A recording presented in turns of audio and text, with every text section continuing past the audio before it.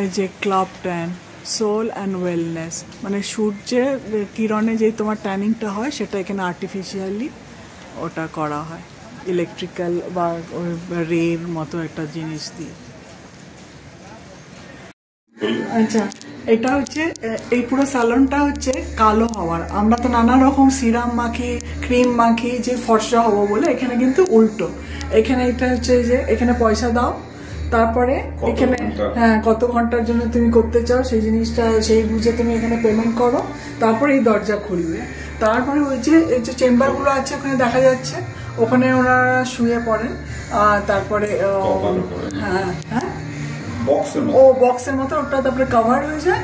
আর তারপরে ওখান থেকে ওই রে বেরোয়, যেটা মানে ওই সান ট্যানিং এর কাজটা আর কি করে, সেটা ওরা এখানে করে পয়সা খরচা করে। ভাবো আমরা যেমন পয়সা খরচা করে ফর্সা হই, তো এরা হচ্ছে পয়সা খরচা করে ট্যান হয়।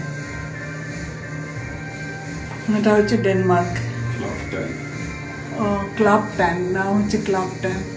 উই মেক ইউ শাইন, এখানে শাইন কিন্তু উল্টো ব্যাপার, বোঝো? হ্যাঁ, আর আমাদের শাইন মানে হচ্ছে ফর্সা, কি ফেয়ার অ্যান্ড লাভলি, সেই কনসেপ্টটা এখন ভুলে যাও। যে সামনেটা এখন খুলেছে ওটা হচ্ছে ওরকম, ওটার মধ্যে শুয়ে যাবে আর তারপর ওটা বন্ধ হয়ে যাবে, অনেকটা কফিন বক্সের মতো। তারপর ওই রেটা চলে, যেটা সান ট্যানিং এর ওই কাজটা এফেক্টটা আর কি দেয়।